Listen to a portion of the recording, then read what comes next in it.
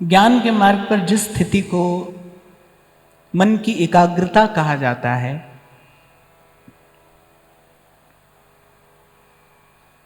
जिस स्थिति को विक्षेप रहित चित्त कहा जाता है, प्रेम के मार्ग पर उसी को लगन कहा जाता है। कल इसी भाव पर हम लोग चर्चा कर रहे थे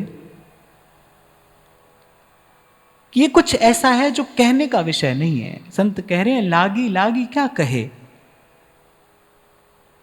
और एक छोटी सी बात मैंने आपसे कही थी कि अगर यहां की बात लगती है तन मन को, यहां का भला बुरा अगर तन मन को भला बुरा लगता है तो समझ लेना, केवल समझना ही है, करना कुछ नहीं है, केवल समझ लेना कि अभी वहां की लगी नहीं है। क्योंकि जाहे लागी लगन घनश्याम की, माने अभी वहां की लगी नहीं है। और कुछ समय पहले आपको निवेदन किया था मैंने, अगर आपको स्मरण हो, कि एक वस्तु हमारे पास नहीं है तो हम कम से कम ये जानते हो कि हमारे पास नहीं है, ताकि उसको पाने का प्रयास हम कभी आरंभ कर सकें। वस्तु का अभाव होना यह कोई ऐसी डरने घबराने की बात नहीं है,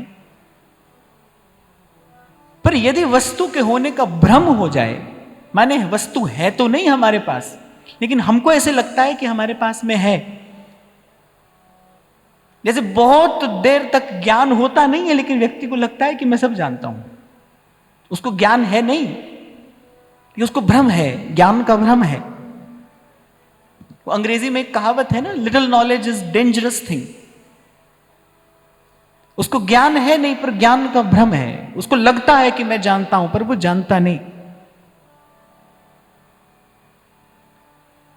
तो अभाव हो चिंता की बात नहीं, अभाव होगा, हमको अनुभव होगा यदि अभाव, तो हम उस अभाव को दूर करने का प्रयास करेंगे। जब लगने लगता है संसार का विषय फीका,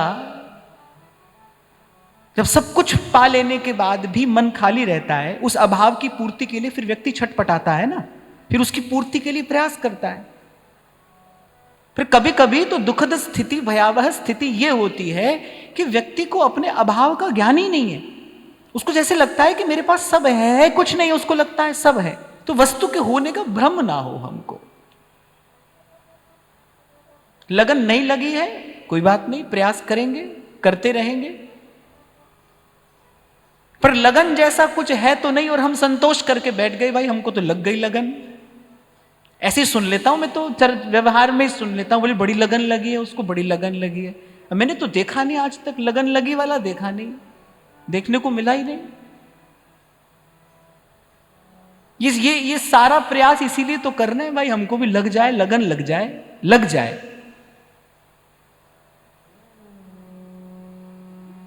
मैं कहता हूं ना आपसे कि कैसे दिखते हो आप, क्या कहते हो आप, अनुभव के मार्ग पर इसका कोई मोल नहीं है।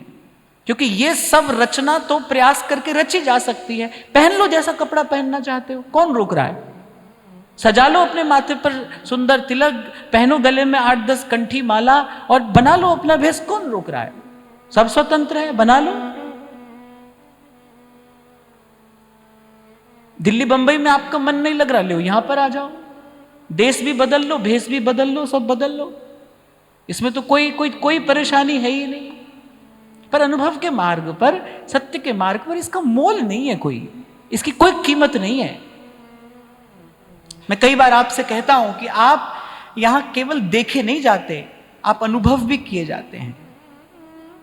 मैं तो भी आज आते होते यही बात कह रहा था, कबीर जी एक बात कहते, कह रहे कबीरा कुत्ता राम का और मुतिया मेरा नाम, सतगुरु की सांकर गले जित खेचे तित जाऊं। तो अपनी ओर में देखो तो मुझे लगता है कि हाँ भाई ऐसे ही है हम। भाव की खुशबू आती है, खुशबू आती है। क्या क्या कैसा दिखता है व्यक्ति, क्या क्या कर रहा है, क्या कह रहा है, इससे मेरा कोई प्रयोजन नहीं है, इससे कोई प्रयोजन नहीं है। भाव की खुशबू होती है, आ जाती है। और मैं अपने विषय में इतना विनम्र निवेदन अवश्य कर दूं कि मेरे पास वो भाव भले न हो, पर वो भाव कैसा है ये मैं जानता हूं। वो कैसा होता है इसका परिचय मेरे गुरु की कृपा से मुझे है। मैं जानता हूं भाव क्या होता है। इसीलिए तो आपसे कहता हूं बड़ी ऊंची वस्तु है भाई, सबसे ऊंची वस्तु है। उससे ऊंचा, उससे श्रेष्ठ और कुछ नहीं है। ये चेतना जो आप हैं, ये जीवात्मा अंतिम विश्राम कहां पाती है? भगवान में पाती है ना भाव में पाती है। जब भगवान के लिए भाव मिलता है। भगवान का मिलना क्या है? भगवान कोई खोया थोड़ी है जो मिलेगा। भगवान कोई खोया है जो मिल जाएगा? वो तो है ही, था, है और रहेगा, अपनी जगह पर रहेगा, सर्वत्र समाना। मिलता क्या है? उपासना के प्रसाद स्वरूप क्या मिलता है? भगवान मिलते हैं ना। भगवान के लिए भाव मिलता है। ये जीवात्मा कहां रहती है? इसका विश्राम क्या है? कहां है? भाव। हमारे आचार्य ने हमको क्या दिया? सहचरी भाव। उस भाव में रहना है। हम कहते हैं ना भाई भाव में रहते हैं, भाव में रहना है, भाव में रहिए। भाव जगत है, ये भाव का देश है, भाव का खेल है। क्या है भाव? एक भाव होता है जिसको स्वांग की तरह रचा जाता है, जिसके लिए संत कह रहे नाचे गावे चित्र बनावे, काव्य करे चटकीली। पर कह रहे साच बिना संसार तो हाथ आ जाता है, उससे खूब आ जाता है। वो जो नाटक चेटक है, दिखाओ रोना धोना, नाचना कूदना, दिखाओ, संसार तो रिझ जाएगा। मैंने तो 2-4 दिन पहले भी कहा था ना भाई, तो झूठ का पसारा है, झूठ से रिझ जाता है, झूठ से प्रसन्न हो जाता है। लेकिन इसमें है क्या? अंत में ये सब निचोड़ कर निकलता क्या है? झूठ। जगत में झूठी देखी प्रीत।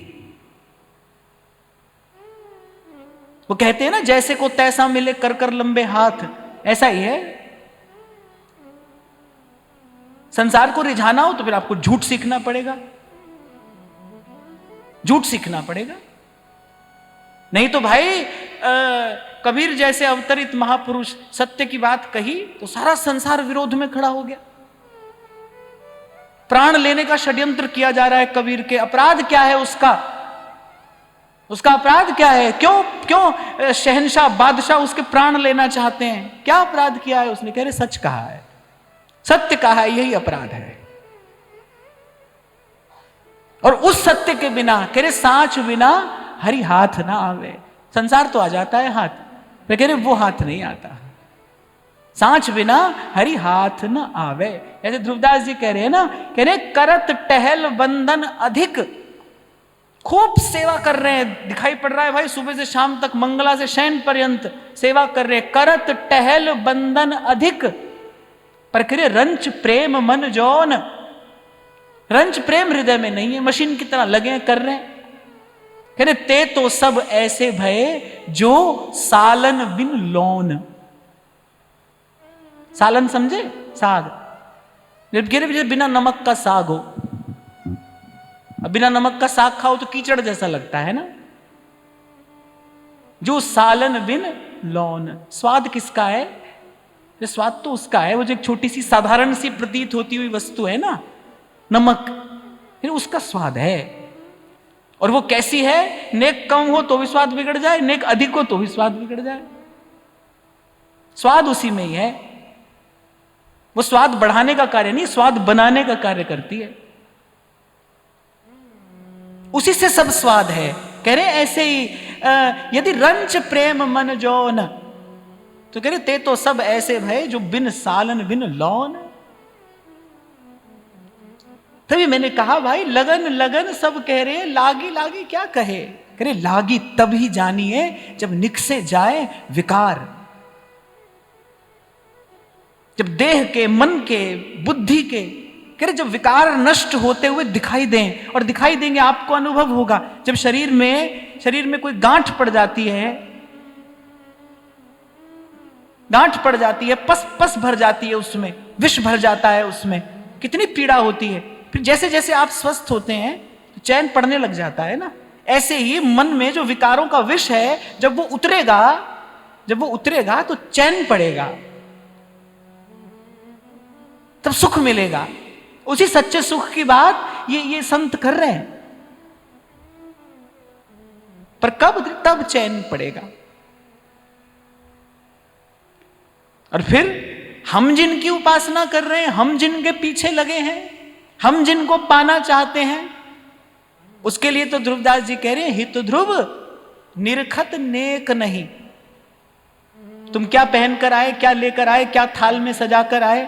अरे हित ध्रुव निरखत नेक नहीं, वैभवता की ओर रंच प्रेम में अपन पो हारत नवल किशोर। इसलिए मैंने कहा भाई इसका विचार कर लेना चाहिए। क्या क्या भगवान को पाना है? क्या होता है भगवान को पाना? क्या है? सब कह रहे हैं भगवत प्राप्ति, भगवत प्राप्ति। भाई क्या है ये? क्या है भगवान को पाना? खोई वस्तु को पाया जाता है, वो तो खोए नहीं है, खोए तो हम हैं। इसलिए जो बुद्धिमान है, जिसको समझ में आ गया रोग क्या है, वो तो कह रहा है तुम ढूंढो मुझे गोपाल। गोपी कह रही है भर सखे भवत किंकिरी स्मनो जल रुहाननम चारु दर्शय। आप ढूंढिए हमको, हम खो गए। कहां खोए हैं? ये जो बाजार लगा है यहां खो गए। तिय सुत नाती नातिनी और तिन ही तन मन दी, और राधा वल्लभ लालजू नेक न आने ही। क्या होता है कि आप जब टेलीविजन में कोई नाटक देखते हो ना, तो उसमें देवता को बड़ा सुंदर दिखाते हैं, है ना? सुंदर सुंदर सिंगार, मुकुट, सुंदर माला, ऐसा सुंदर आभूषण। और शैतान को कैसा दिखाते हैं? बड़े बड़े सींग, बड़े बड़े दांत, ऐसा दिखाते हैं शैतान को। पर वस्तुतः ऐसा है नहीं। शैतान देवता से भी अधिक आकर्षक होता है। आप देखो अपने जीवन में, देखो बुरी आदत में कितना आकर्षण होता है, खिंचा चला जाता है व्यक्ति उसकी ओर। कभी कभी जानता भी है इसका परिणाम क्या होगा, फिर भी उसमें कुछ ऐसा आकर्षण है, खिंचा जाता है उसकी ओर। वो तो उससे भी अधिक सुंदर, उससे भी अधिक आकर्षक है वो जो बुरा है, जिसका परिणाम बुरा है। यहां तो सोने की डिबिया में विष परोसा गया है, ऐसा समझ लो। वो जो डिबिया है बड़ी आकर्षक है। आप कहते हो आपसे प्रेम हुआ, वो कहता है उससे प्रेम हुआ, उससे प्रेम हुआ। किससे प्रेम होता है यहां संसार में? चलो आज इसी का ही हिसाब लगा लेते हैं, किससे प्रेम होता है यहां? अगर आप कहो कि आत्मा से प्रेम है, फिर तो सबसे होना चाहिए, क्योंकि आत्मा तो सबका एक सा है। अगर आप कहो कि आत्मा से प्रेम है, फिर आत्मा तो भाई आप में, मुझ में, हम सब में समान है ना।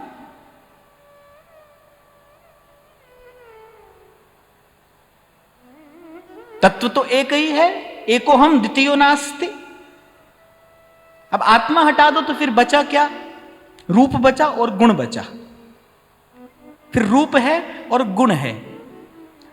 पहले गुण की बात कर लेते हैं। गुण कैसा है? कह रहे जो भी होगा पर त्रिगुण में ही होगा।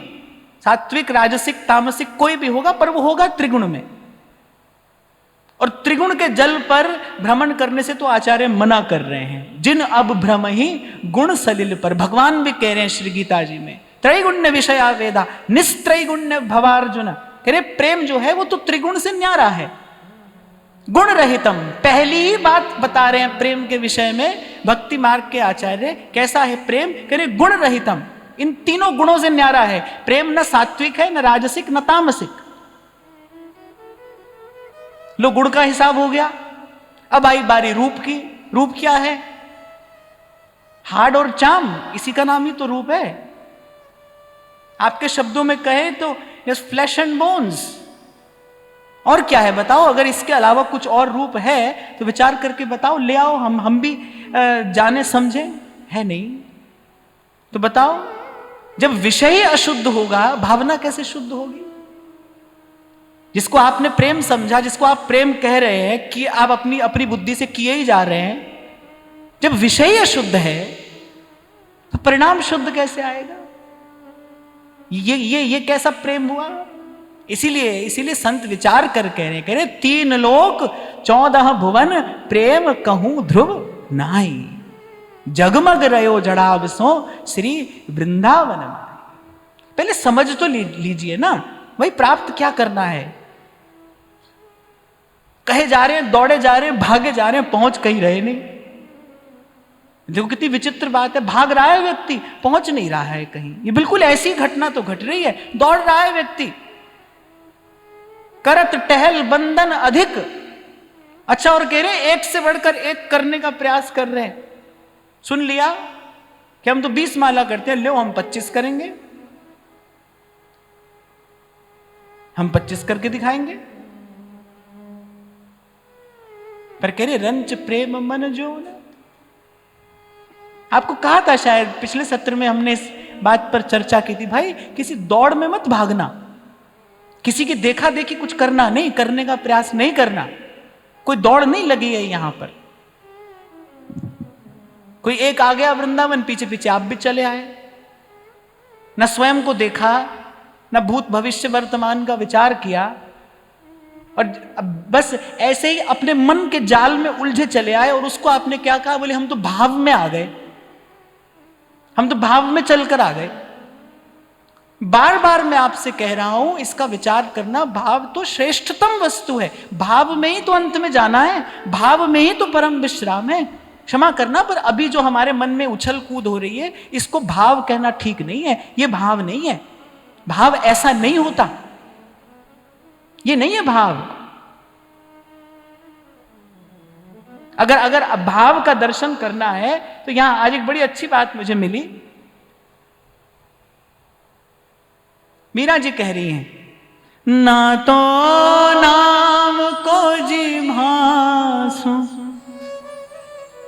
तनक न तोड़ो जाए, सखी मासो तनक न तोड़ो जाए। कहीं कोई ऐसा नाता जुड़ गया है मेरा नाम से कि अब तनिक तोड़ा नहीं जाता। परिणाम क्या आ रहा है? परिणाम क्या आ रहा है? कि पाना जो पीली पड़ी रहे, माने जैसे पान का पत्ता होता है ना, 2-4 दिन में पीला पड़ जाता है। पाना जो पीली पड़ी रे,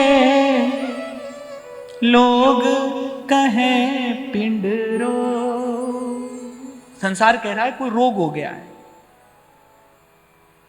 छाने लांघड़ में कियो है, पिया मिलन के जोग, सखी मसो तनक न तोड़ो जा।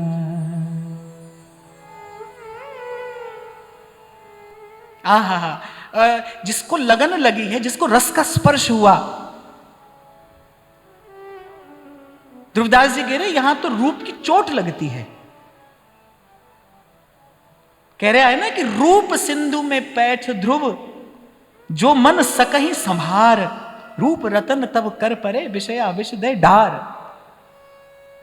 यहां तो रूप की चोट लगती है। जब चोट लगती है तब कैसी कैसी दशा है। कह रहे जीरन पट, क्या पहना है इसकी सुध नहीं है, अति दीन लट पर हिये सरस अनुराग।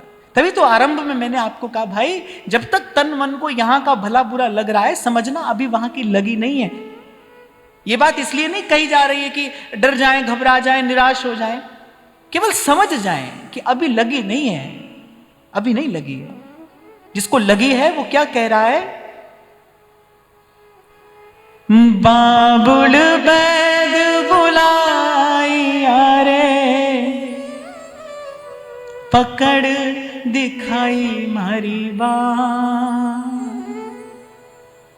मीरा जी कह रही है बाबुल बैद बुलाया रे और पकड़ दिखाई मारी बाँ।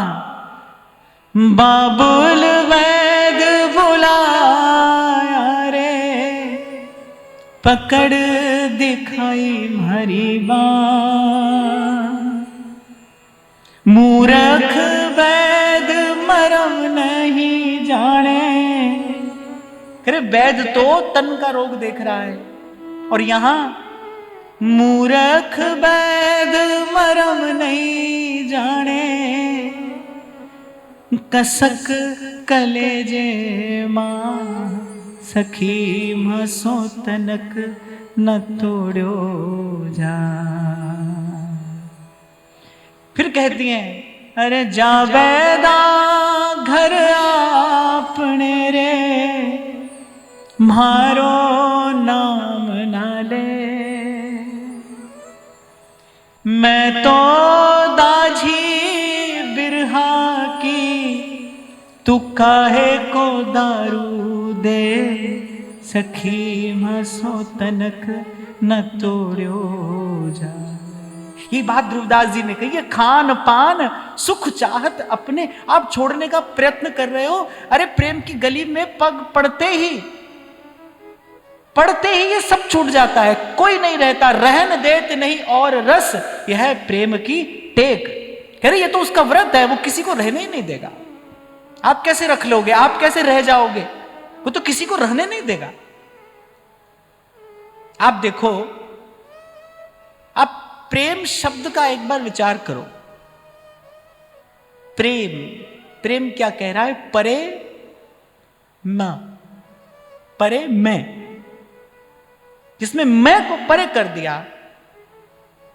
अच्छा, मैं क्या है? गोस्वामी जी कह रहे मैं और मोर तोर तय माया। मैं क्या है? अरे ये माया का बीज मंत्र है। मैं क्या है? माया का बीज मंत्र है। जैसे देवताओं के बीज मंत्र होते हैं ना, हम वम रम, ऐसे बीज मंत्र होते हैं देवताओं के, ऐसे माया का बीज मंत्र क्या है? मैं, अहम, ये माया का बीज मंत्र है। अब जो व्यक्ति मैं करता रहे, मैंने किया, मैंने कमाया, मैंने खाया, मेरा, मैं के साथ ही तो सब जुड़ा है। समझ लो, ये माया के अधीन है। और जो संत है वो देखो क्या कह रहा है, जो कुछ किया सो तुम किया, मैं कछु किया ना। माया से मुक्त होना अर्थात मैं से मुक्त होना, मैं से मुक्त होना अर्थात माया से मुक्त होना। लेकिन ये बात केवल कहने सुनने की ना रहे, कहने सुनने की बात न रहे। मैं से मुक्त होना माने न रहे, भीतर मैं रहे ही नहीं, कर्तृत्व रहे ही नहीं। ये जो व्यास जी के वचन हैं, शब्द हैं, व्यास भरोसे कुंवरी के सोवत पांव पसार, ये मैं से मुक्ति का उद्घोष है।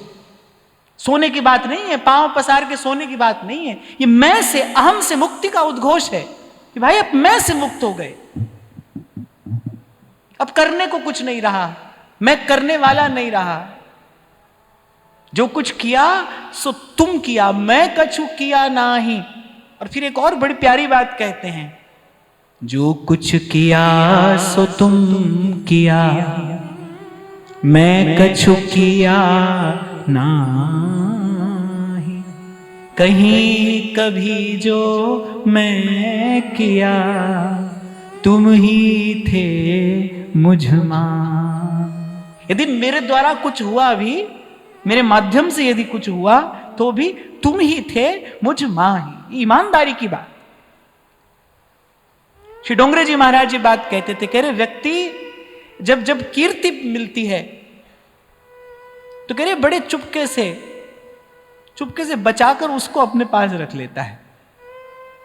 सब प्रभु का है, कीर्ति हमारी है, कीर्ति मेरी है। और घटी है कालक्रम में कुछ ऐसी घटनाएं कि काम क्रोध भी जिनको विचलित नहीं कर पाए, उनको प्रशंसा ने विचलित कर दिया। बड़ी विचारणीय बात है ये। मैंने तो एक क्षण में कह दिया, काम क्रोध जिसको विचलित न कर पाया हो, क्या स्थिति होगी जिसको काम भी पराभूत नहीं कर पा रहा है, जिसने काम को जीत लिया। हमारे अस्तित्व के मूल में ही काम है। काम से मुक्त होना माने अपने स्वभाव से ही मुक्त हो जाना। काम क्या है? हमारे अस्तित्व के मूल में काम है, कामना से ही जन्म है, मूल में है ये। काम क्रोध से जो मुक्त हो गए, वो कहां आकर पराजित हुए? प्रशंसा। आप देखो कितना बच के रहना चाहिए इससे, कितना बच के रहना चाहिए। बहुत बरस पहले एक संत ने मुझसे कहा था, मैंने शायद आपसे बताया भी था। उन्होंने कहा था, बेटा मैं सांसारिक व्यवहारिक उन्नति की बात नहीं बताऊंगा, लेकिन बेटा यदि अपनी आध्यात्मिक उन्नति चाहते हो तो कभी अपने प्रशंसकों के बीच में नहीं रहना, कभी अपने प्रशंसकों के बीच में रहना, कहना अपनी प्रशंसा नहीं सुनना कभी। यदि अपनी आध्यात्मिक उन्नति चाहते हो बोले उनसे दूर रहना। और फिर यही बात कुछ दूसरे प्रकार से संतों की वाणी में मिलती है। पलटू साहब कह रहे हैं, निंदक जीवे जुगन जुग काम हमारा होए बिना कौड़ी को चाकर।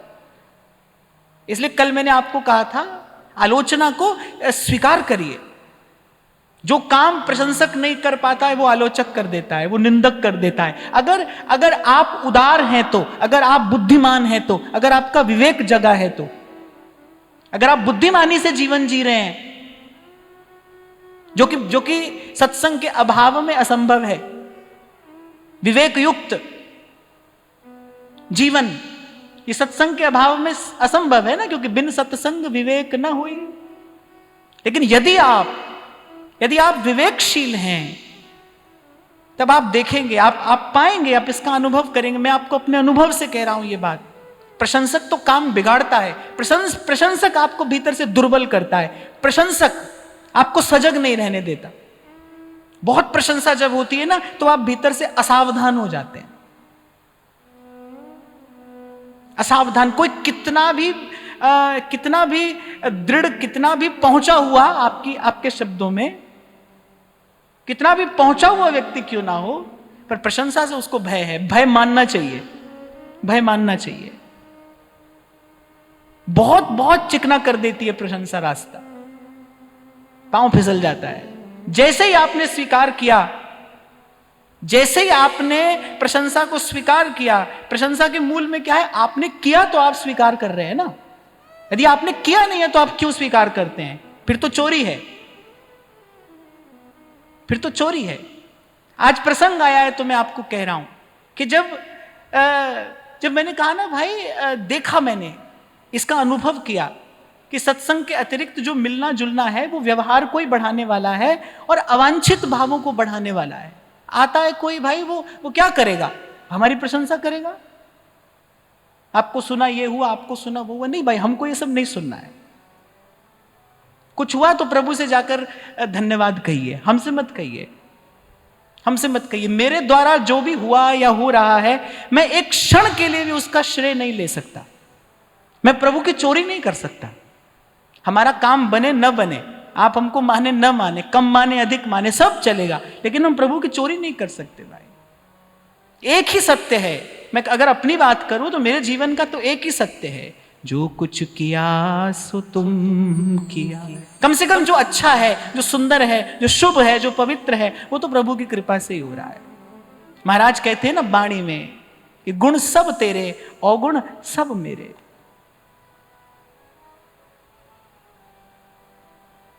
तो प्रशंसा जो है ना, वो आपको हिला देती है, पथच्युत करा सकती है। इसलिए इससे साधक को बच के रहना चाहिए। और जो व्यक्ति हमारे स्थान पर बैठा है, उसको तो बहुत अधिक सावधान रहने की आवश्यकता है। थोड़ा नहीं, बहुत अधिक सावधान। क्योंकि जैसे ही कर्तृत्व का बीज पड़ता है, विकार कोई भी हो, महाराज जी भक्ति सूत्र में कहते हैं, बड़ी सुंदर बात कही है महाराज जी, नारद जी ने भक्ति सूत्र में कहते हैं कि वो बिंदु की तरह आता है और देखते ही देखते सिंधु का रूप धारण कर लेता है, लपेट लेता है वो आपको, डूब जाते हैं आप उसमें। और जैसे ये बीज मन में पड़ा, यहां भाई मैंने ऐसा किया, जैसे ये कर्तृत्व का बीज पड़ा, बस वैसे ही पात्र में छिद्र हुआ समझिए, वैसे ही छिद्र हुआ समझिए। कल रात को शंभू जी आए मेरे पास, ऐसे ही कुछ चर्चा कर रहे थे, तो कुछ बात कर रहे थे, कह रहे बहुत तरह तरीके के प्रश्न आपके पास तो नहीं आते हैं, पर मेरे पास आते हैं, तरह तरीके के प्रश्न आते हैं। तो मैंने कहा भाई देखो, सबकी स्थिति का अलग अलग विचार करके ही किसी को उत्तर दिया जा सकता है। सभी के लिए कोई एक उत्तर नहीं है। एक उत्तर तो यही है भाई, जहां हो जैसे हो नाम जपो, भजन करो, सबके लिए तो यही उत्तर है। शंभू जी मुझे बता रहे थे कि कभी कभी कोई व्यक्ति केवल आवेश में, भाव में नहीं, आवेश में दौड़ा आता है यहां पर। तो ऐसी कुछ घटनाएं इनके सामने आई होंगी, मुझे तो कल इन्होंने ऐसे ही बताया। तो मैंने कहा भाई थोड़ा सा 2-4 कदम सत्संग की कृपा से, गुरुजनों की कृपा से चलने के बाद इस मार्ग पर मैं बहुत विनम्रता पूर्वक ये बात कह रहा हूं कि बड़ा कठिन है, खरोई कठिन है भजन ढिंग ढरीबो।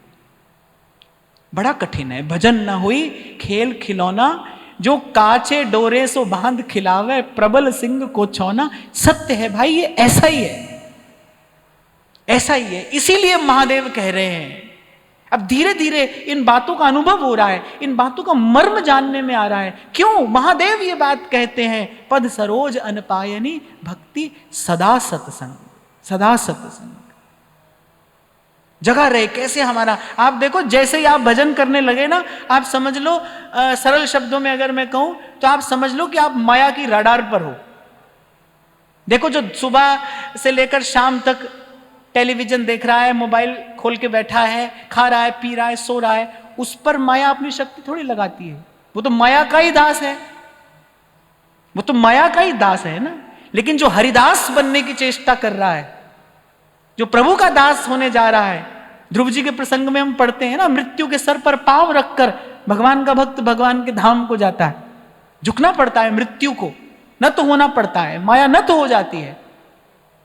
तो जैसे कोई भजन करने लगता है ईमानदारी से, ईमानदारी से जैसे कोई भजन करने लगता है, जैसे कोई स्वयं को साधने का प्रयास करता है, फिर देखो फिर आते हैं बड़े बड़े सुंदर सुंदर आकर्षण। महाराज जी मैं अभी यही कह रहा था कि टेलीविजन में तो दिखाते हैं शैतान के सींग हैं, बड़े बड़े दांत हैं, पर देखने में शैतान देवता से अधिक आकर्षक होता है।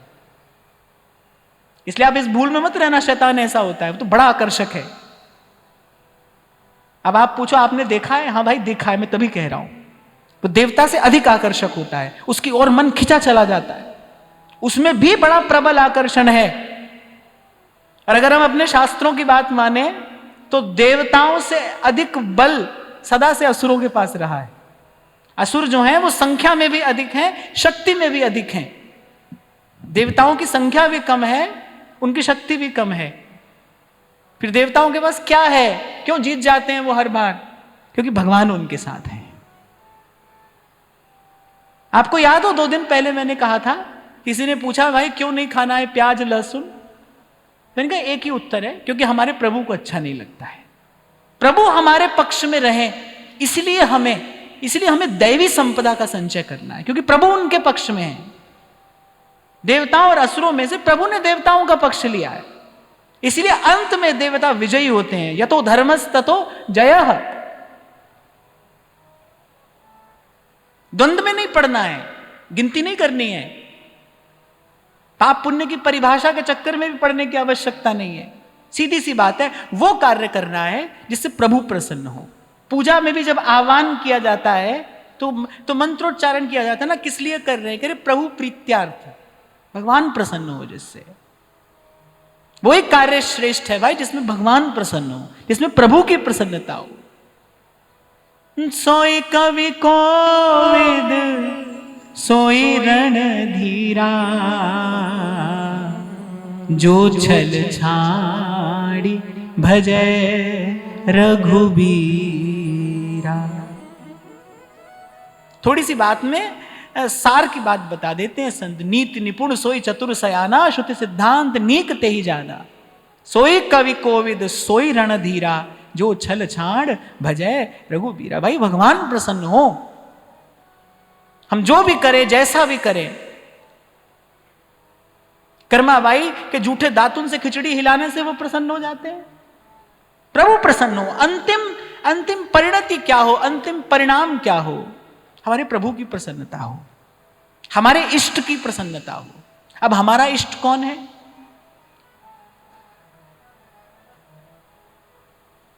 बताओ। अब देखो लगे हैं सब लगे हैं, बताओ कौन है इष्ट? प्रिया प्रीतम के बीच में मध्य में जो प्रेम है। हमारी बात लगा रहे हो, सब अपनी बुद्धि भी तो लगाओ। इष्ट क्या है हमारा? इष्ट किसे कहते हैं? जो इच्छित हो, इच्छित को कहते हैं। हमारी इष्ट वस्तु क्या है उसे कहते हैं इष्ट। कौन है? कोई देवी देवता ही इष्ट नहीं होता। कामी का इष्ट स्त्री होती है, लोभी का इष्ट धन होता है। इष्ट किसी देवी देवता कोई नहीं कहते। इष्ट माने इच्छा किसकी है? बार बार कहता हूं मैं आपसे सरल शब्दों में, चाहते क्या हो भाई? क्या कर रहे हो ये मत बताओ। क्या करके आए हो, क्या कर रहे हो ये मत बताइए हमको। चाहते क्या हो? भगवान को चाहते हो? चाहते हो तो जो घर फूके आप ना चले हमारे साथ। चाहते हो? ये यहीं पर आकर सब चक्कर पड़ता है। कर तो सब रहे हैं भाई, सब रहे हैं। हमारी तरह बकबका रहे हैं सब, दुनिया भर के लोग बोलने वाले हैं। सुनने वाले भी बहुत हैं, और सालों से आप सुन रहे हो, हमको ही सुन रहे हो। क्या है हमारा इष्ट, क्या है? रोज रोज गाते हो आप, रोज गाते हो।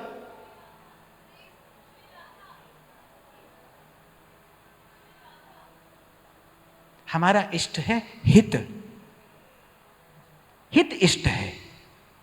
क्या कह रहे हैं? चीटी सोले जुगल तक सबसो हित निष्काम। हित हमारा इष्ट तत्व है। हम क्या करें जिसमें हमारे इष्ट की प्रसन्नता हो? इष्ट की प्रसन्नता हो अर्थात जिसमें हित की प्रसन्नता हो, प्रेम प्रसन्न हो जिसमें। महाप्रभु की उपासना जो रस रीति है, बड़े बड़े बुद्धिमानों ने, विद्वानों ने शोध किया और बड़ी सूक्ष्म सी बात है। इष्ट क्या है, चाहते क्या है हम? हमारा इष्ट है हित। प्रिया और प्रियतम के परस्पर का जो हित है वो हमारा इष्ट है। ध्रुवदास जी सिद्धांत विचार में क्या कहते हैं कि सखियों का परिचय क्या कहकर दे रहे हैं? कह रहे दुहुन के सुख सो आसक्त। श्री जी में या लाल जी में आसक्त हो ऐसा नहीं कहा है। कह रहे किस में आसक्त है? सखी किस में आसक्त है? प्रिया और प्रियतम के सुख में आसक्त है, प्रिया और प्रियतम के हित में आसक्त है। ऐसे सरल शब्दों में कभी मैंने कहा था ना कि ये यहां भजन भाई प्रिया प्रीतम से मिलने के लिए नहीं है, प्रिया प्रीतम के मिलने के लिए है। प्रिया प्रीतम मिले रहे इसलिए हमारा भजन है।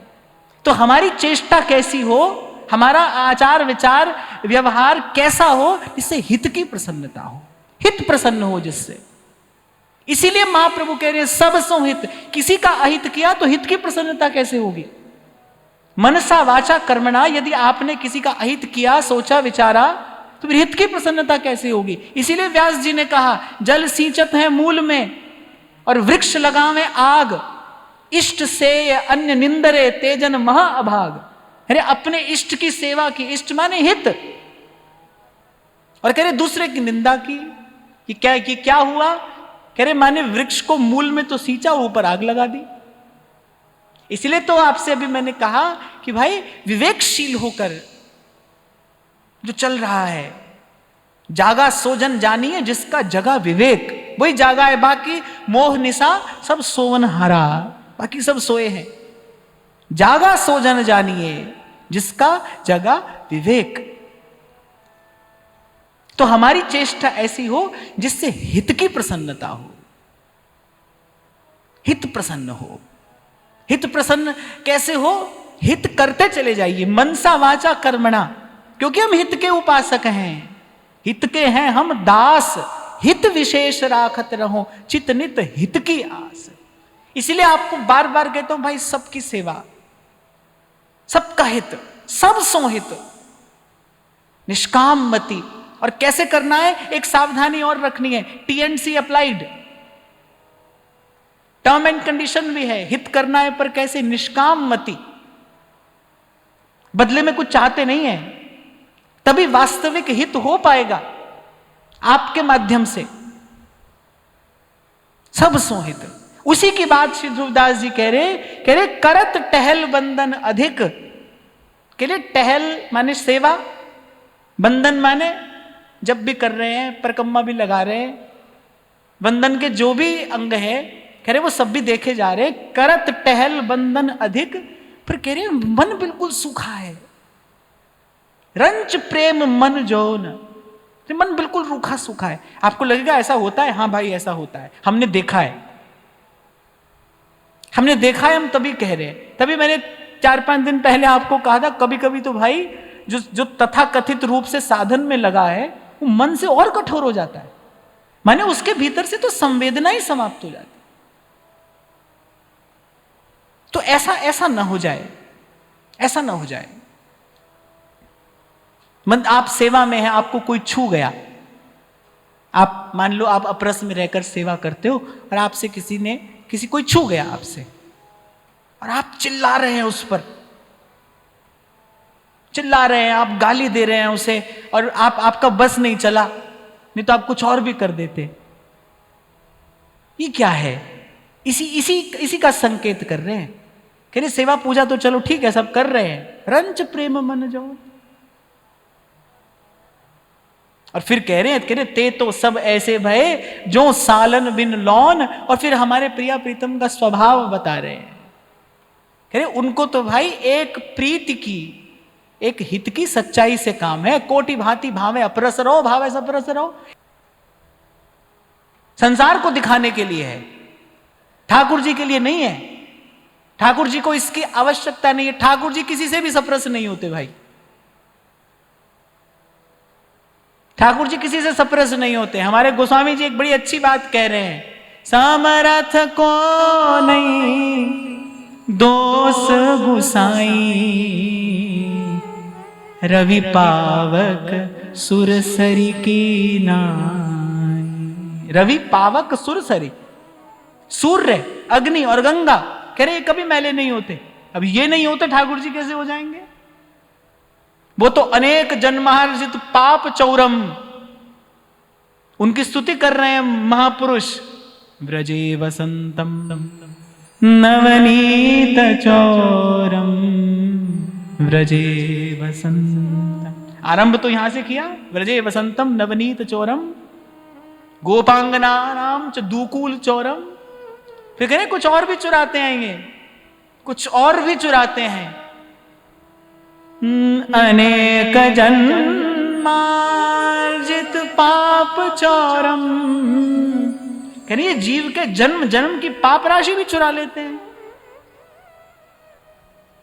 अनेक जन्मार्जित पाप चौरम, चौराग्रगण्यम पुरुषम नमामि, व्रजे वसंतम। ये तो इससे भी मैले नहीं होते, इनको कौन मैला कर सकता है? किसके छूने से वो मैले हो जाएंगे? कोई है ऐसा? उनको कोई नहीं कर सकता है भाई। वो तो वो है जिनके लिए हमारे ध्रुवदास जी कहते हैं कि हेम को सुमेर दान, रतन अनेक दान, गजदान अन्नदान भूमिदान करही, और मोतिन को तुलादान, मकर प्रयाग नहान, ग्रहण में काशीदान, चित्त शुद्ध धरही, सेजदान कन्यादान, कुरुक्षेत्र गौदान, इतने में पापन को नेक हो न हरही। और कृष्ण केसरी को नाम एक बार लीन्हे, ध्रुव पापी तिहु लोकन के छिन माही तरह।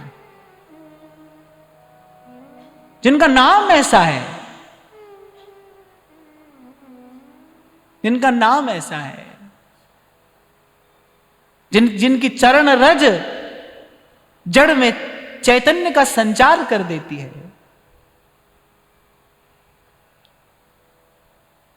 तो ये तो सब भाई संसार के लिए है। हाँ ठीक है, कुछ आचार विचार की आवश्यकता है, उसका पालन होना ही चाहिए, मान मर्यादा की रक्षा होनी चाहिए, पर ध्यान रखना इससे प्रभु की प्रसन्नता अप्रसन्नता का लेना देना नहीं है। नहीं तो हमारे ध्रुवदास जी सिद्धांत विचार में ये बात नहीं कहते कि कोटि भांति भावे अपरस रहो, भावे सपरस रहो। रह सको तो रहो, रह सको तो रहो, पर जो नहीं रह सको तो इसका अर्थ ये नहीं है कि भजन नहीं करना है, वो तो करना ही है, वो तो करना ही है। देखो भाई,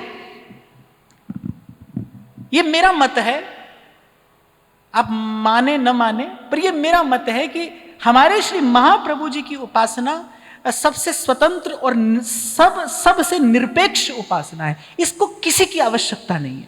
आपके पास कुछ है तो बहुत अच्छी बात है, करिए प्रभु को निवेदन, अपने साधन का सदुपयोग। और कैसे करिएगा? ऐसे ही तो करेंगे। यदि साधन है, प्रारब्ध से यदि है, आपने मांगा नहीं, आपके पास में है, यदि आपके पास में है तो प्रभु को निवेदन करिए। प्रभु को निवेदन करने से क्या होगा? प्रभु को निवेदन करने से वो वस्तु प्रसाद हो जाएगी, फिर प्रसाद बटेगा। यही तो होगा। आपने ठाकुर जी को भोग लगाया तो क्या हुआ?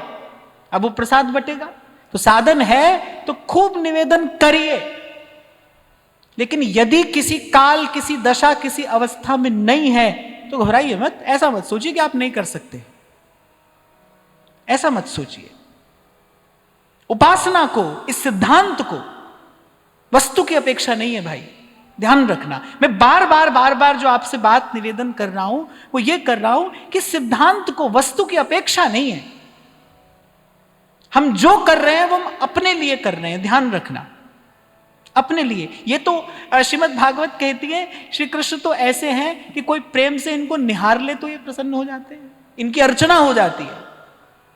अगर कोई प्रेम से ठाकुर जी को निहार ले, मैं देखने की बात नहीं कर रहा हूं, निहार ले प्रेम से, तो इनकी अर्चना संपन्न हो जाती है, इनकी पूजा संपन्न हो जाती है। प्रसंग आता है ना जब वो वन की हरिणियां जो हैं, जो मृगियां हैं, तो एक टक ठाकुर जी को निहारती हैं, एक टक, उनके निश्चल नेत्रों से अश्रु बिंदु टपक रहे हैं। ठाकुर जी भी जस के तस खड़े हैं। वो जो सखा है संग में, वो कह रहे हैं अरे कन्हैया चल। बोले ना भैया, अभी ये हमारी पूजा कर रही है, इनको पूजा कर लेने दो। कौन पूजा कर रहा है? बोले ये जो मृगियां हैं ये मेरी पूजा कर रही हैं। ये कैसी पूजा कर रही है? कह रहे कितने प्रेम से मुझे निहार रही है। ऐसे इनकी पूजा संपन्न हो जाती है, ऐसे। और कल बात एक कही थी मैंने आपसे विराम के क्षणों में कि कुछ भी हो जाए भैया, पर बाहर की बात बनाने के लिए भीतर की बिगाड़ना नहीं। बाहर का खेल बनाने के लिए भीतर का खेल मत बिगाड़ बैठना, भीतर का बना रहे। पहले गुरुजन यही प्रश्न करते थे, ये नहीं पूछते थे घर कैसा है, परिवार कैसा है, कहते थे बेटा मन कैसा है, चित्त कैसा है।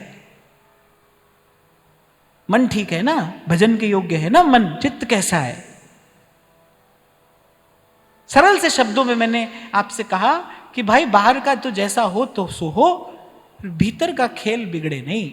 एक बात तो माननी पड़ेगी आपको कि भजन भाव की वास्तविक अनुभूति, सघन अनुभूति, सांद्र अनुभूति आपको कभी होगी तो वो अंतर्मुखी होने पर ही होगी, बहिर्मुखी होने पर नहीं हो सकती, नहीं हो सकती।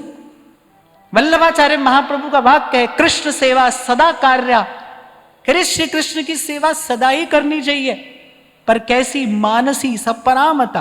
अब वहां तक पहुंचने के लिए जो करना हो वो करिए, पर भूलिए मत पहुंचना वही है, पहुंचना वही है। महाराज जी ने मुझसे कहा कि आपने जो प्रकट सेवा के संदर्भ में जो भी कहा तो उसको थोड़ा और विस्तार से कहिएगा, ताकि मति भ्रम ना उपस्थित हो जाए, किसी के मन में कोई भ्रम ना हो जाए, कोई प्रश्न ना उठ खड़ा हो। तो कल भी मैंने कहा, आज मैं फिर कह रहा हूं, ऐसी सेवा करनी है जिसमें हमारा व्यवहार बढ़े नहीं।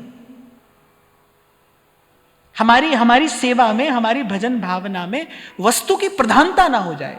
वस्तु है तो अच्छी बात है, नहीं है तो भी चलेगा, कम है अधिक है, हमारी भजन भावना निरंतर बनी रहे। बाहर की स्थिति एक जैसी नहीं रहेगी भाई, कभी भी समय आता जाता रहेगा, धूप छांव होती रहेगी। आप सोचो, यदि आपने मानसी भावना का अभ्यास नहीं किया, 10 दिन 15 दिन 20 दिन शरीर अस्वस्थ पड़ गया तो क्या होगा? आपकी तो चिंतन की धारा ही रुक जाएगी, क्योंकि आपने इस ओर कभी विचार ही नहीं किया। और फिर कम से कम मेरे आचार्य की उपासना, हमारे हितजू की उपासना, उसके लिए तो श्री नागरीदास जी कह रहे मनहु की जहां गति नहीं तहां निकासेगा, मारग रसिक नरेश के यह विधि निकसे हो जात। इसलिए भाई बड़ी सुंदर बात उस दिन महाराज जी ने हमको सुनाई, मैंने आपको सुनाई थी। कह रहे पगडंडी गाढ़ी गहे और इत उत चित्त न दे, नागरीदास सांची कहे वस्तु घनेरी ले।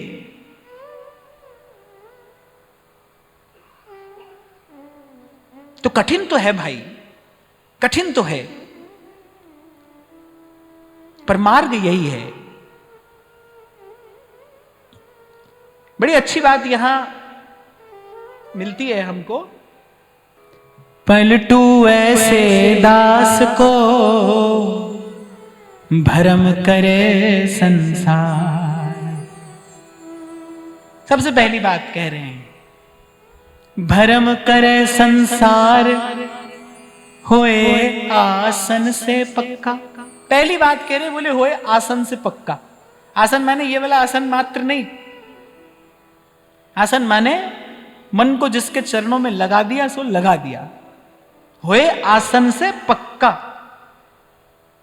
भरम करे संसार हुए आसन से पक्का, भली बुरी को कहे रहे सह सबका धक्का।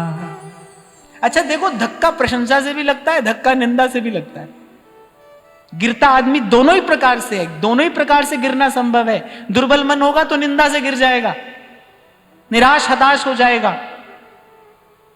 मैंने देखा ऐसा, कुछ लोगों को जरा सी कोई बात कह दे, उनके जीवन की सब प्रसन्नता समाप्त हो जाती है, रोना बिलबिलाना आरंभ कर देते हैं। माने इतना मन दुर्बल है, इतना मन दुर्बल है। तो धक्का तो प्रशंसा से भी लगता है, निंदा से भी। निंदा से कम धक्का लगता है, प्रशंसा से बड़ा धक्का लगता है, गहरा धक्का लगता है। कभी कभी तो ऐसा धक्का लगता है कि हड्डी पसली टूट जाती है, व्यक्ति उठने लायक नहीं रहता। प्रशंसा से ऐसा धक्का लगता है। तभी तो आपको मैं कह रहा हूं कि आप शैतान को ऐसा मत समझना कि आप देखकर डर जाओगे। शैतान तो ऐसा है, उसको देखकर दौड़कर गले लगाने का मन करता है। शैतान ऐसा होता है, होती है ना बुरी आदत ऐसी, कितनी मीठी कितनी आकर्षक लगती है, खिंच खिंच के जाता है मन उसकी ओर। माता पिता गुरुजन सब समझाते हैं बताते हैं, कहां मानता है व्यक्ति। कोई तो आकर्षण है उसमें, कुछ तो है जो खींचता है अपनी ओर। नहीं तो भगवान क्यों कहते गीता जी में यत् तदग्रे विषमी, बोले अच्छा रास्ता जहर पीने जैसा है, कौन चलना चाहता है। तभी तो मैं तो भाई रोज ठाकुर जी का धन्यवाद करता हूं, हमको आप मिल गए। नहीं तो कौन सुनना चाहता है ये बात भाई। मैं कोई किस्सा कहानी आपको नहीं सुनाता, कोई गीत चुटकुला आपको नहीं सुनाता, फिर भी आप सुन रहे हो, आपका भी धन्यवाद है, आपके हृदय में बैठे प्रभु का भी धन्यवाद है। नहीं तो भाई कासो कहूं और कौन पति आवे। अच्छा, जो संसार को रिझाने वाली बात है वो हमको आती नहीं, वो हमको करनी भी नहीं है, कहनी भी नहीं है, सुननी भी नहीं है। हमारा विषय तो यही है कि जो थोड़ा सा समय मिला है, सतपथ क्या है, कैसे उस पर चला जाए, कैसे अपने लक्ष्य के निकट पहुंचा जाए। बस केवल हमको बार बार इसी का विचार करना है, इसी का अभ्यास करना है।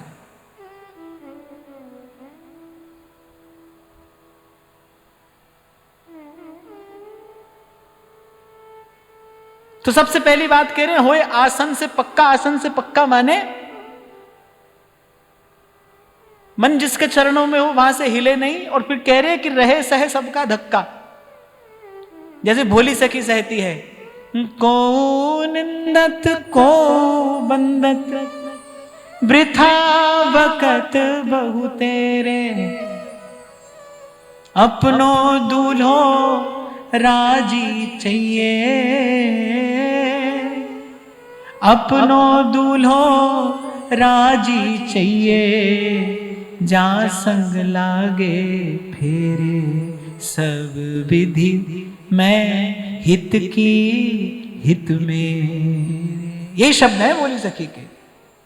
इसीलिए मैंने आपसे आज प्रश्न पूछा, इष्ट क्या है? हित है। हित, मेरा हित, तुम्हारा हित, सबका हित, सब सो हित। और सबके हित का विचार करते हुए, सबके हित का विचार क्यों करना है? प्रियालाल के हित का विचार करने योग्य हृदय सबके हित का विचार करने से ही बनता है। जब तक काम क्रोध विकार देह में भरे हैं, मन में पड़े हैं, तब तक कैसे उस शुद्ध भजन का भाव हृदय में उदय होगा? कैसे शुद्ध भजन आवे हिये? कैसा शुद्धतम विमलतम। महाप्रभु क्या कह रहे हैं? प्रिया प्रीतम की केली कैसी है? सौरत रस रूप नदी जगत पावनी। लोक का मंगल, लोक का कल्याण, लोक को पावन करने वाली ये धारा है। अपने मैले कुचैले मन से कैसे उस वस्तु का हम विचार भी करेंगे? इसलिए आपको कहा जाता है कि भाई पहले सेवकवाणी का ही अध्ययन करना, वृंदावन शतलीला का पाठ करना, हरिवंश नाम का सतत निरंतर जप करना, तब प्रिया और प्रियतम के उस रूप रस का पान किया जाएगा। कैसे कहते आए यहां के रसिक जन, भाई ये सिंगनी का दूध है, या तो स्वर्ण पात्र में रहेगा या सिंह शावक पचाएगा। सिंह शावक का क्या गुण होता है? सिंह शावक, शेर का बच्चा। कबीर कहते हैं, बोले सिंह बचा जो लंघना, लंगना माने छोटा, नन्हा सा। कह रहे सिंह बचा जो लंगना, तो भी घास ना खाए, तो भी घास नहीं खाता वो, छोटा हो तो भी। आपके शब्दों में कहूं तो जो उसका एटीट्यूड होता है ना, वो वही होता है जो बड़े सिंह का होता है। सिंह का बच्चा है तो क्या हुआ, सिंह बचा जो लंगना, तो भी घास ना खाए। ऐसे ही जैसे ध्रुवदास जी कह रहे ना, तिही रस के बल सबते बेपरवाह रहते हैं। अरे यहां के रसिक तो ऐसे, जगन्नाथपुरी गए, लीला दिखाई उन्होंने अपनी, या तो ठाकुर जी ने उनको माध्यम बनाया, जगन्नाथ जी का प्रसाद नहीं लिया। कौन सा प्रसाद, जिसके लिए जगत पसारे हाथ, वो नहीं लिया। और जब रहस्य सामने आया, सब लोग नत हो गए कि ये क्या है, ये अपने इष्ट की प्रतीति है। कह रहे भाई हम तो प्रिया जी का ही प्रसाद पाते हैं। क्यों पाते हैं? क्योंकि हमारे आचार्य की आज्ञा है, उच्छिष्टामृत भुक्तवैव। ये हमारे आचार्य की आज्ञा, गुरु आज्ञा है। और गुरु आज्ञा का पालन करने से बड़ा कोई और धर्म नहीं है। बाकी सब धर्म अधर्म अपने स्थान पर रहें, गुरु आज्ञा का पालन करने से बड़ा कोई धर्म नहीं है, वो परम धर्म है। भगवान ने कहा झूठ बोल दो तो बोल दो, युधिष्ठिर जी से कहा ना बोलो झूठ, अर्जुन से कहा मारो इनको, बोले ये तो चाचा मामा है। भगवान ने कहा कुछ भी है मारो। भगवान ने कहा मन मना भव मद भक्ता मद्याजी माम नमस्कुरु। पहले ही अर्जुन ने कहा है, पहले ही अध्याय में, कि मैं शिष्य हूं, आपकी शरण में हूं। कार्पण्य दोषोपहत स्वभाव, शिष्य हूं, आपकी शरण में हूं। भगवान ने कहा अगर तू शिष्य है तो हम गुरु है, हमारी आज्ञा का पालन ही धर्म है। तभी तो जब उद्धव आए गोपियों के पास, तो गोपियां परस्पर में जो संवाद कर रही हैं, बड़ा बड़ा मधुर, बड़ा सुंदर है। एक गोपी कहती है जैसे बार बार ये छलिया छल करता है, इसको पाप नहीं लगता। एक गोपी कहती है दूसरी गोपी से कि अरे उद्धव, उनको पाप नहीं लगता, इतना हमारा हृदय दुखा रहे हैं। तो दूसरी गोपी कहती है अरे पाप पुण्य की किताब तो लिखने वाला ही स्वयं है, इसको कोई पाप नहीं लगता, अपने आप को बचाकर पाप पुण्य की किताब लिखता है। ये पाप पुण्य दोनों से न्यारा है, इसको पाप पुण्य नहीं लगता है। ये जब कहे जो कहे वही धर्म है, वही धर्म है।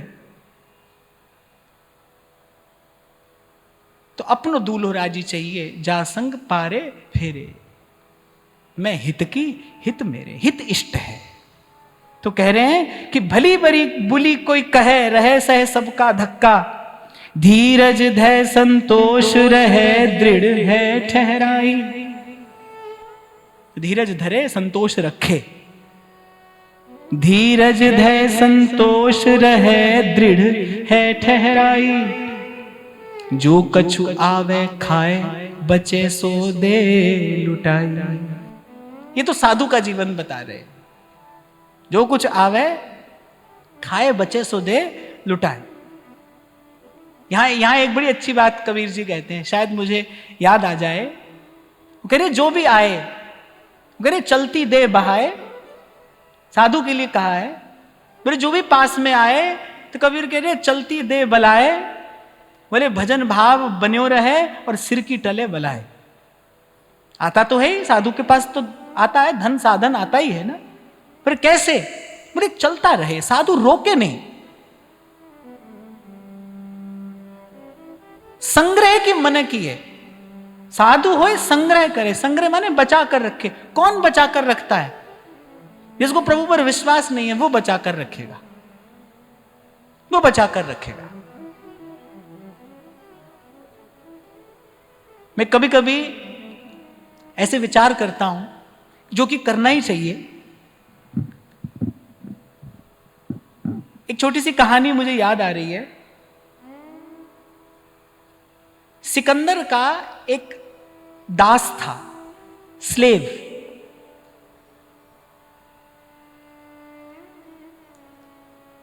उसने सिकंदर की ऐसी सेवा की कि सिकंदर को उससे प्रेम हुआ। सिकंदर जो पूरी धरती का सम्राट है, सिकंदर को उससे प्रेम हुआ। महल में एक तहखाना था।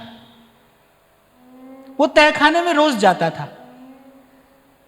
जो वो दास था, उसका नाम मुझे इस समय स्मरण नहीं आ रहा, और उसने सिकंदर से ये राज आज्ञा जारी करवा रखी थी कि इस तहखाने में कभी कोई ना जाए, इस तहखाने में जो जाएगा उसको मृत्यु दंड दिया जाए। सिकंदर ने राज आज्ञा जारी कर दी। अब जो सिकंदर के मंत्री आदि जो सब थे, उनको हमेशा यह लगता था कि भाई तहखाने में बहुत बड़ा खजाना ये व्यक्ति इकट्ठा कर रहा है।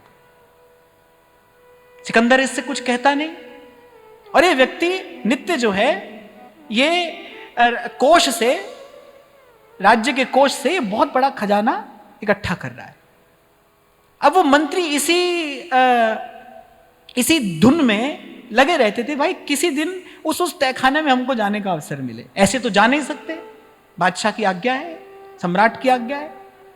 तो एक दिन दरबार लगा था और सब मंत्रियों ने षड्यंत्र रचा। उन्होंने विचार किया, भाई आज बादशाह को ऐसा फंसाया जाए कि बादशाह से तहखाना खुलवाने की आज्ञा जारी करा ली जाए। तो खेल खेल में कुछ लोग एक पक्ष में हो गए, कुछ लोग दूसरे पक्ष में, और मंत्रियों के एक पक्ष ने कहा कि यदि हम जीते तो आज आपको आज्ञा दे देनी पड़ेगी कि तहखाने को खोल दिया जाए। सिकंदर राजदंड लेके आसन पर बैठा था, उसने आज्ञा दे दी और वही हुआ, मंत्री लोग जीत गए। अब सिकंदर ने अपने उस दास से, अपने उस प्रेमी से ये कहा कि भाई अब तो मैंने आज्ञा दे दी है, अब तो तहखाना खोलना पड़ेगा। अब स्वयं सिकंदर और वो सब मंत्री जो भी सब थे, वो सब गए उस तहखाने में। सबको लगा था कि तहखाना खुलते ही आंखें चूंधी आ जाएंगी, बड़ा भारी खजाना इसने बादशाह से छिपाकर, सबसे छिपाकर रखा होगा। वहां था क्या? एक जोड़ी जूता जो टूटा हुआ था और एक छाता, वो उस तहखाने में रखा था, और वो नित्य उस तहखाने में जाता था। सब देखकर हैरान हुए कि ये क्या है। तो फिर एकांत में सिकंदर ने उससे पूछा कि इसका रहस्य क्या है। तो उसने कहा कि बादशाह, आप इस समय दुनिया के सबसे शक्तिशाली व्यक्ति हैं। सिकंदर ने कहा, हां मैं हूं। और उसने कहा, आपके हृदय पर मेरा अधिकार है। तो एक प्रकार से दुनिया का सबसे शक्तिशाली व्यक्ति मैं हूं। मैं कभी ये भूल ना जाऊं कि मैं कहां से आया हूं। आप हमारे सरल शब्दों में कहते हैं ना, पांव जमीन पर रहें। कितनी भी ऊंची उड़ान भर लो पर आना जमीन पर पड़ता है वापस। एक पंछी कितना भी ऊंचा उड़े पर घोंसला तो भाई यही है ना, लौट कर तो यही आएगा। इस कहानी ने मुझे स्पर्श किया, मुझे प्रेरित किया। उसने कहा कि मैं कहीं भी पहुंच जाऊं, मैं दुनिया का सबसे शक्तिशाली व्यक्ति हूं, पर मैं ये भूलना नहीं चाहता कि मैं कहां से आया हूं, मैंने अपनी यात्रा का आरंभ कहां से किया है। आज जब अवसर उपस्थित है, ये बात मैं इसलिए निवेदन कर रहा हूं, आज जब अवसर उपस्थित है, सब अनुकूल है, सब अनुकूल है, पर अपने लिए अगर कुछ बचा के रखने का भाव मन में आए ना, तो मैं ये कहानी याद कर लेता हूं कि भूलना नहीं है भाई, कहां से आए हैं। वहां से आए हैं जब पास में कुछ भी नहीं था, तो भी प्रभु ने पल पल संभाला, तो भी प्रभु ने हर समय, दिन से लेकर रात, रात से लेकर दिन व्यवस्था की। आज अगर बाहर थोड़ी अनुकूलता हो गई है तो भाई प्रभु के चरणों से हमारा विश्वास हटे नहीं, हमारा जीवन तो वैसा ही रहे जैसा था। प्रभु संभालते आए हैं और प्रभु ही संभालते रहेंगे। इसलिए भाई कल क्या करना है, कल क्या होगा, इसका विचार मैंने कभी नहीं किया।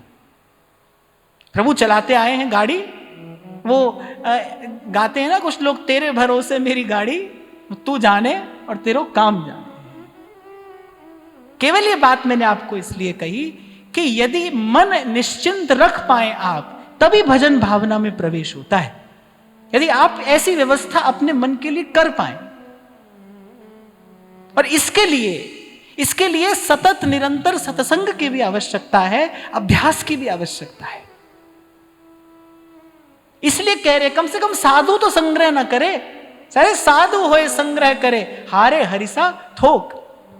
तो कह रहे जो कुछ आवे खाए और बचे सो दे लुटाई। लगे न माया मोह जगत की छाड़े आशा। स्वामी श्री शरणानंद जी महाराज तो कहते थे, बोले वस्तु जो है, वस्तु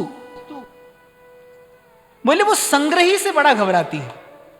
जो संग्रह करने वाला हो ना, अलमारी में छिपा कर दुबका कर रखने वाला, बोले वस्तु उससे बड़ा घबराती है। जो लुटाने वाला है उसके पास वस्तु भी प्रसन्न रहती है। ये जो अभी आपको मैंने कहा ना, आप इसका विचार करना, कौन इकट्ठा करता है अपने लिए जिसको उस पर भरोसा नहीं है, जिसका मन दुर्बल है, बड़ा दुर्बल है भीतर से। क्योंकि विश्वास सबल मन करता है, दुर्बल मन के वश की बात नहीं है भरोसा करना। विश्वास तो गरिष्ठतम वस्तु है, गुरुतम वस्तु है विश्वास। उसका वहन करने के लिए आत्मबल की आवश्यकता है। इसलिए संत अपना आंचल फैलाकर प्रभु से मांग रहे हैं, मुझे भरोसा राम तू दे अपना अनमोल। हे प्रभु, आप मुझे बस अपना विश्वास दीजिए, इसी के बल पर रहूं मस्त निश्चिंत में, कभी न जाऊं डूब। लगे न माया मोह जगत की छाड़े आशा, बल तज निर्बल हो सबल से करे दिलासा। कह रहे बल तज निर्बल होए, समझने की बात है। बल तज निर्बल होए, मैं कह रहा हूं आत्मबल जिसके पास नहीं होगा वो कैसे विश्वास करेगा। ये कह रहे हैं बल तज निर्बल होए, मैंने उस बल को छोड़ने की बात करें जिससे व्यक्ति केवल संसार से जीतता है और जीतना चाहता है। ये जो अभी आपसे मैंने बात कही ना कि कबीर कह रहे जो घर फूके आप ना चले हमारे साथ। कौन सा घर? अपना घर, अपना घर। हम कहां रहते हैं? आज आपकी परीक्षा हो रही है।